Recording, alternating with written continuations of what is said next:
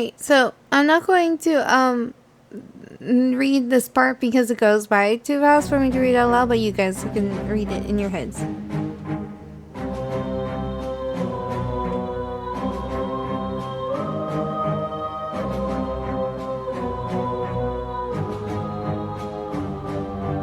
The whole thing. Before light and matter, there was nothing. Ella pushes through and something and proceeds into a space of emptiness. I guess I am reading out. She is saddened by the dissolution, and as she lies among the chaos, a very long moment passed by. As moments of eternity, the healing breaks into chunks. The bleakness breaks into chunks. One day, one glamorous moment, she sees something in the light of the surface of the thing. Eagarlnia is born to the southern strip. This is probably way longer than I thought it was. Extraordinary waves appears. This leads to an unprecedented tsunami that towered all over southern something. Priests began to pray night and day, waiting for the goddess of the desert to appear or something. King you know what? I give up. I am watching this though.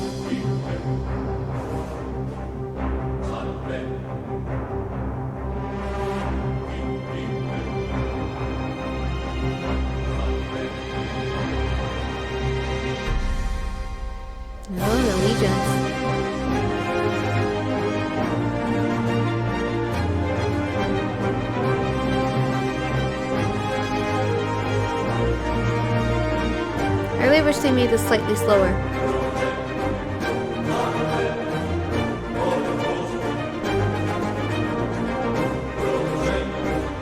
Oh no, it fell. At last! Empires and kingdom fall. A new chapter unfolds. Continue.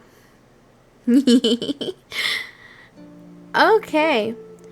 So, good morning, evening, afternoon. I'm Tato Cat. Welcome to my channel. Today we are playing the heroic legend of Eagarlnia. I must 100% definitely mispronounce that. It's like Eagarlnia. Eagarlnia.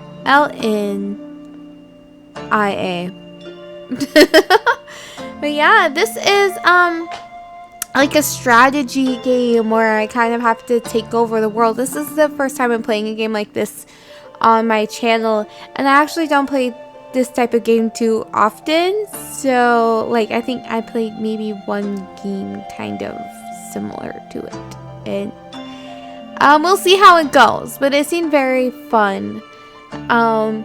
So I wanted to give it a shot, and we'll see how it goes.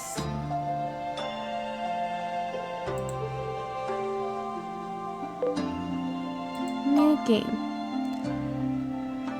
Alright, it has a lot. It looks like it has different modes. Beginner mode. I am a beginner. I have no shame. Enable beginner mode will guide you through the game basics, but disable your ability to customize game options by default. You will be playing on easy difficulty. This is recommended for first-time players.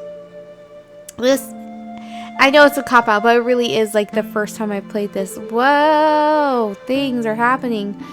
Okay, what does that say? Lina Abhos. Lawful, good. Skills.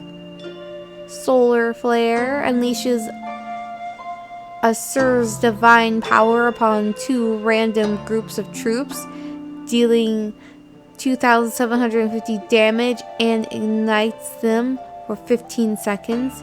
and Asur's protection. There is 50% chance to trigger when receiving damage. Burn an attacker 70% chance to reduce damage by 50%, long range damage, and increases attack power by 30% and attack speed by 25%, lasting for 10 seconds. Okay. Ooh.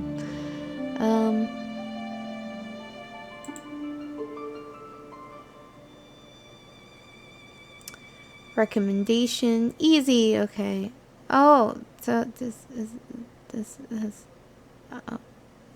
are you related to this Eagarlnia Abath? I'll read this thing here.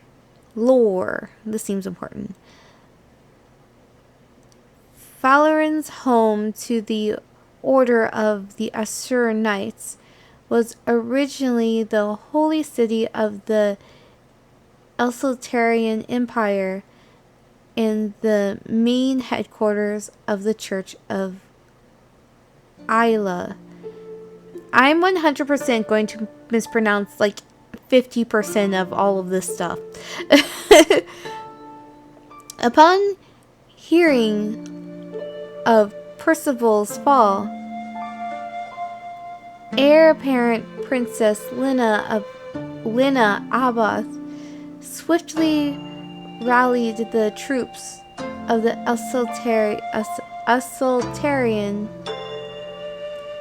Assultian, I don't know, I'm thinking esoteric, and so I'm just putting an R there.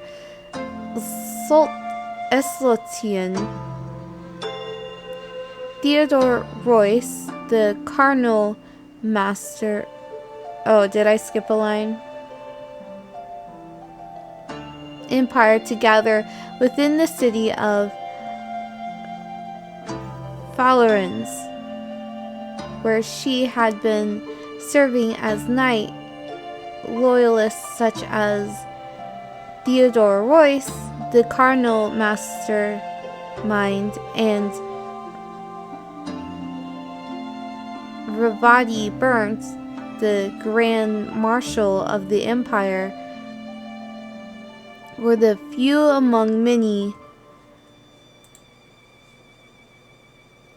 that responded to the call to arms, thereby establishing the Reclamation Army.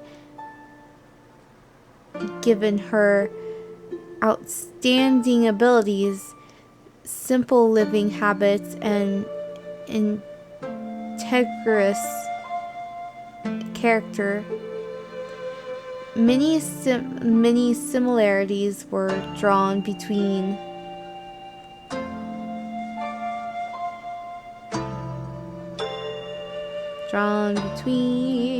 lost my place. I scrolled down way too far. My bad.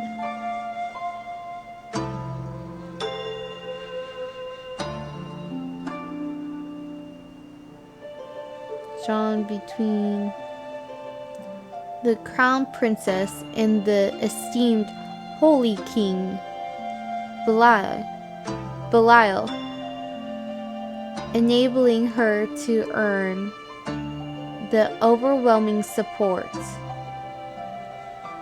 of the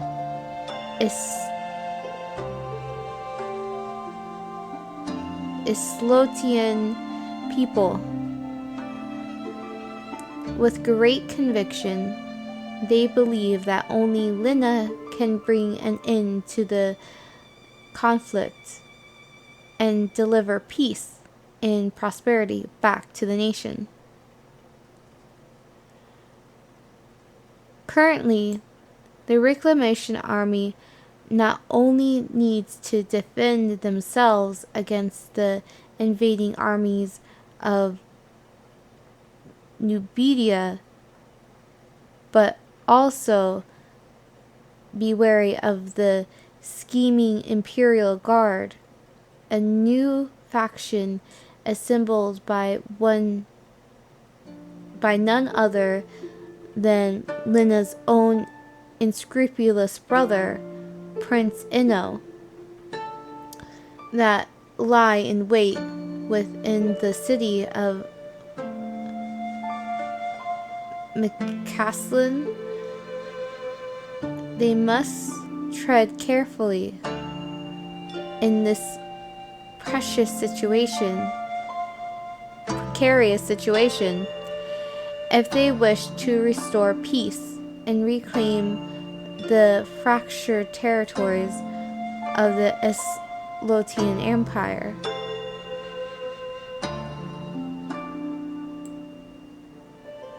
Okay, so is this my army? What is this? Country capacity. Alright. And so this is going to tell me who's in my army. We have Anicia Abhuth. She's lawful and good.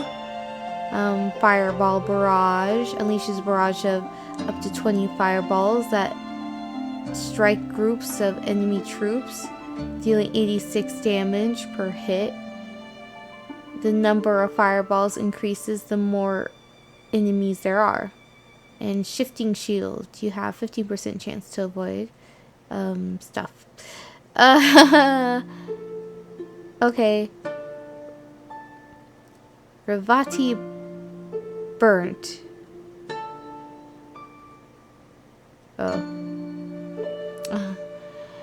Lawful. He's neutral. Okay. He has heavenly slash. Strikes enemies from in front of you 3 times, dealing 245 damage, and then combat mastery is his passive skill. Nivartcraft, he has a flame strike. I see they are all fire users. Releases a wave of flames, dealing 637 damage to all enemies in its wake. Cool. What's his passive? Impact. Cool. And Theodore Royce. Annihilating Thunder. Wow, that sounds cool, but I bet it's not as cool as it sounds.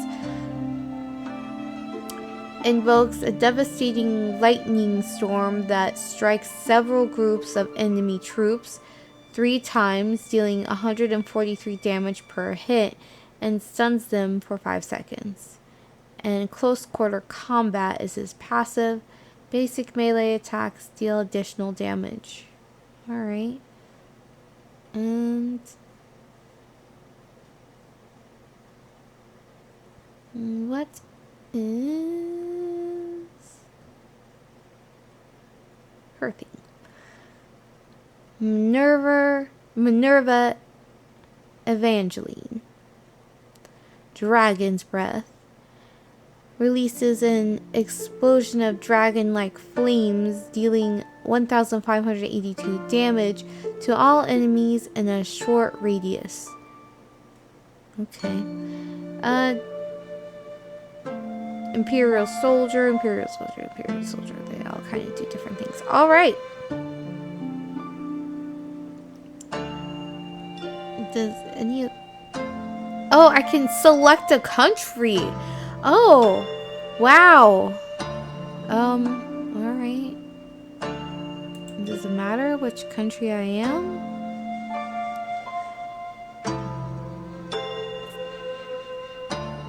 Okay, so this is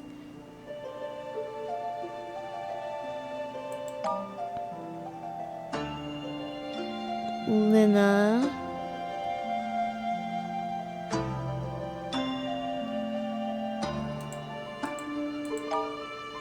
Is this her brother?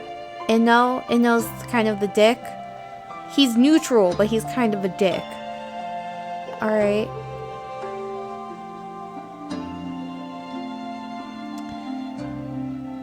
Prior to the Nubidian invasion, Prince Inno Abaroth and a number of noble politicians quietly evacuated from the royal capital city of Percival under the protection of the Imperial Guard led by General Schildercraft. The simple nobility strategically took refuge in the nearby city of Miskalslin. However, it was not loyalty to Prince that brought them here, but a common interest in exploiting one another for their own personal... I don't like this one.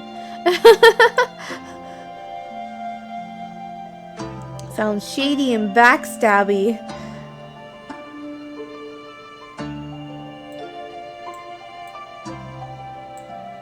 I feel like I'd have to end up killing my own troops at some point.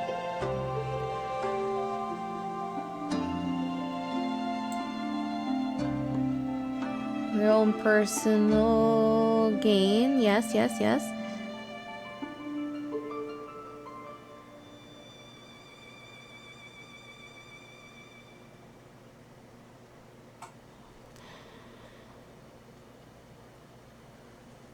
Fueled by their own ulterior motives, the corrupt nobility unanimously elected Inno to inherit the now empty Islotian throne.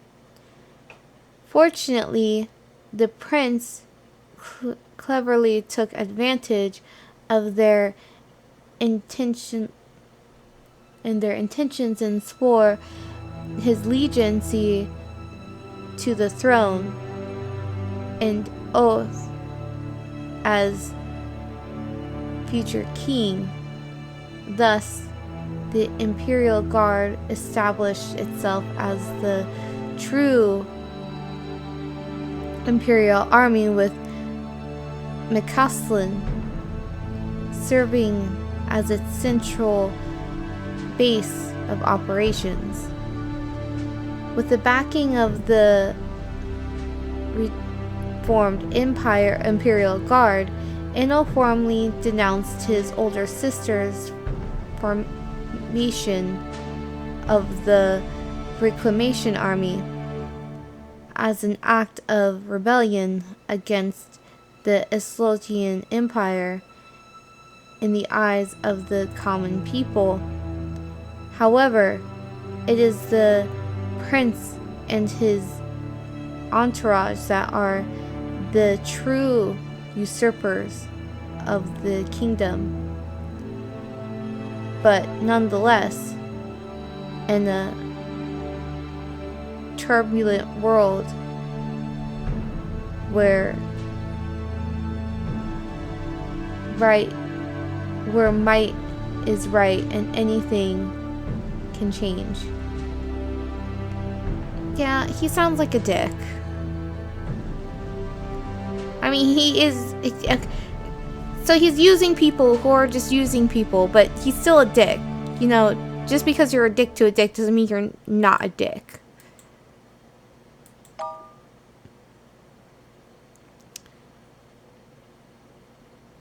Messinisa?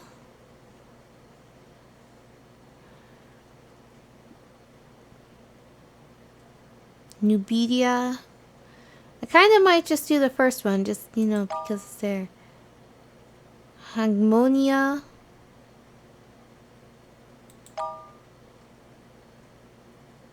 Nosifitin.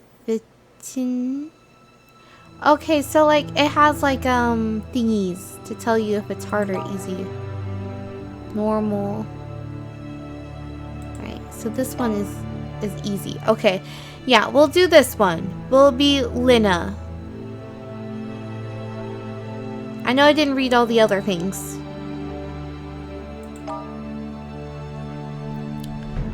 Okay. Easy difficulty hinders the AI's economy, expense gain, military power, and actions. In addition, the player's sentiment and economic pressure is very low, suitable for newcomers to strategy games. Right, yeah, because I don't really play these type of games too often, so I will do easy. You know, if this game is short, then I will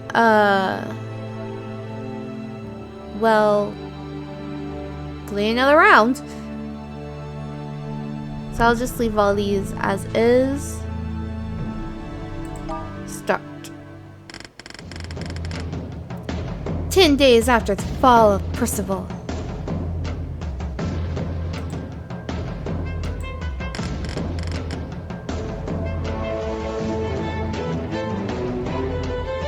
Anicia looks like a child. Nana, father, he.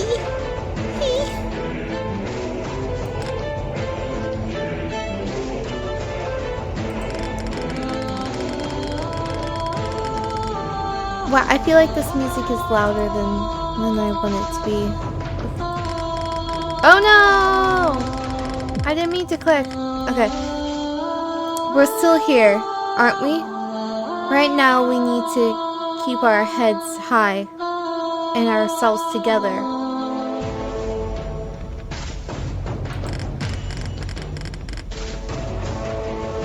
Master Avadi, what's our military situation? Your Highness, we have rallied the routed forces from the capital and the holy city. Order of the Asur Knights have sworn fealty to you. Under our current circumstances, we should have no issues defending Falerans. Furthermore, it appears that the Numidians have no interest in continuing their advance.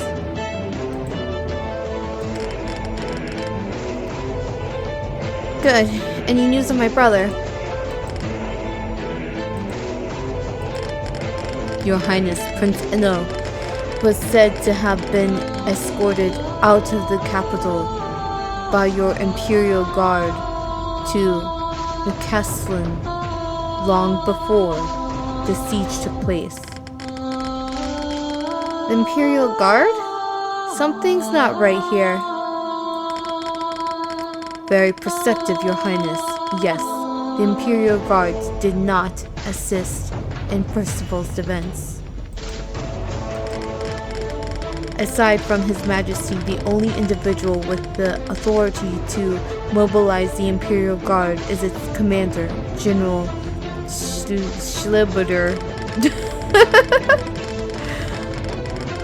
In addition to the entire House of Craft departed the capital alongside Prince Inno and the Imperial Guard.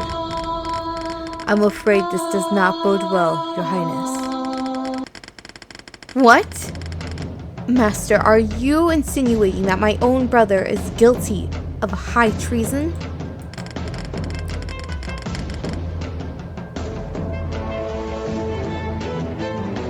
Oh, I did not read who was speaking. My bad. Calm yourself, Navart.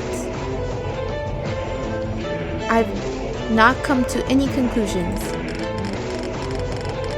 However, we cannot ignore the fact that it was with General Schleider's capacity to defend the capital, yet he did not. Your Highness, I have a few thoughts regarding this matter, if you will. Sir Navart, I am afraid the conjecture I am about to propose may greatly disappoint you. Now then, Prince Enno's preemptive extraction by the Imperial Guard simply could not have been the will of His Majesty.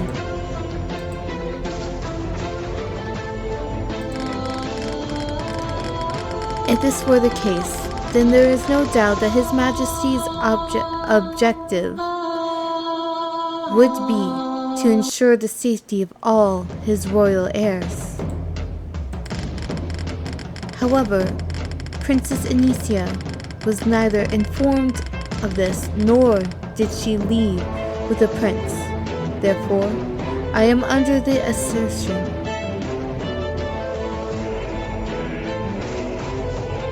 that His Majesty did not order the evacuation.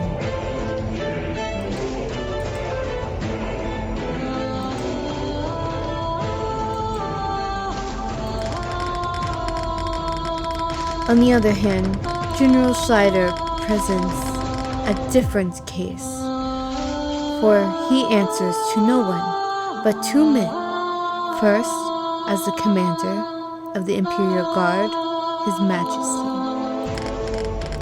and second, as the eldest son of the House of Craft, Lord Fratus. With that, there's only one possibility for such an occurrence to take place. It is very likely that the House of Craft had been secretly conspiring against His Majesty for many years, and are directly involved in, if not wholly responsible, for Percival's fall. Your Highness, what I mean to say is that the House of Craft may have betrayed the Empire.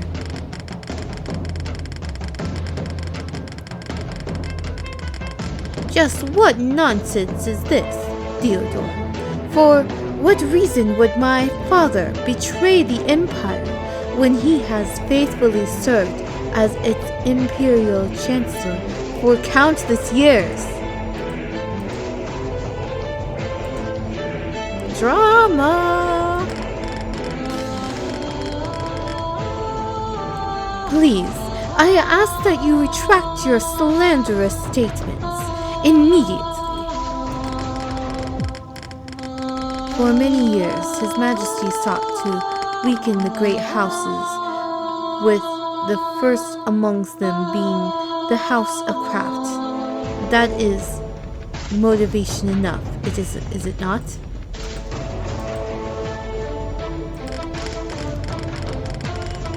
Consider the siege of Percival through the eyes of Lord Fratus. With the city surrounded and under fire, he had acknowledged the possibility of His Majesty perishing amidst the battle.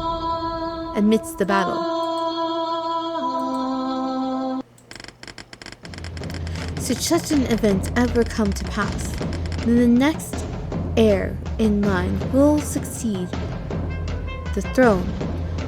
But therein lies the problem.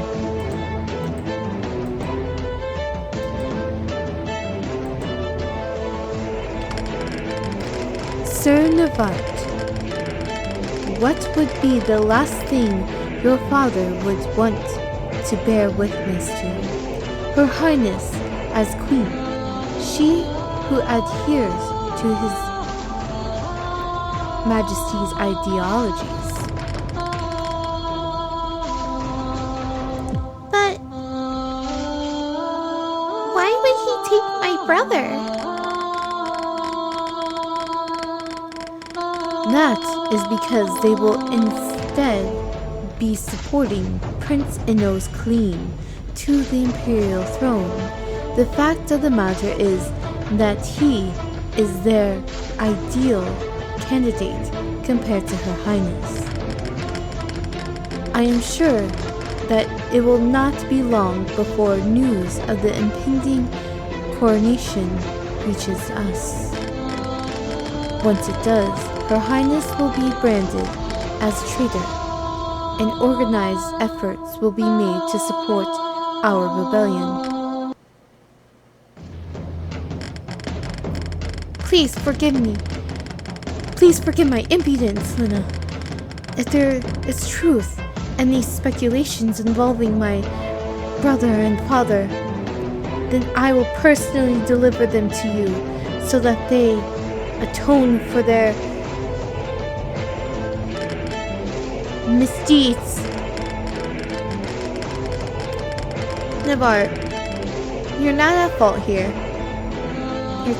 You're a trusted friend and a companion, so please, don't take this matter to heart. Well, we haven't gone too far in the game, but we'll see how the first battle plays out. I assume it's going to be coming soon in the next episode.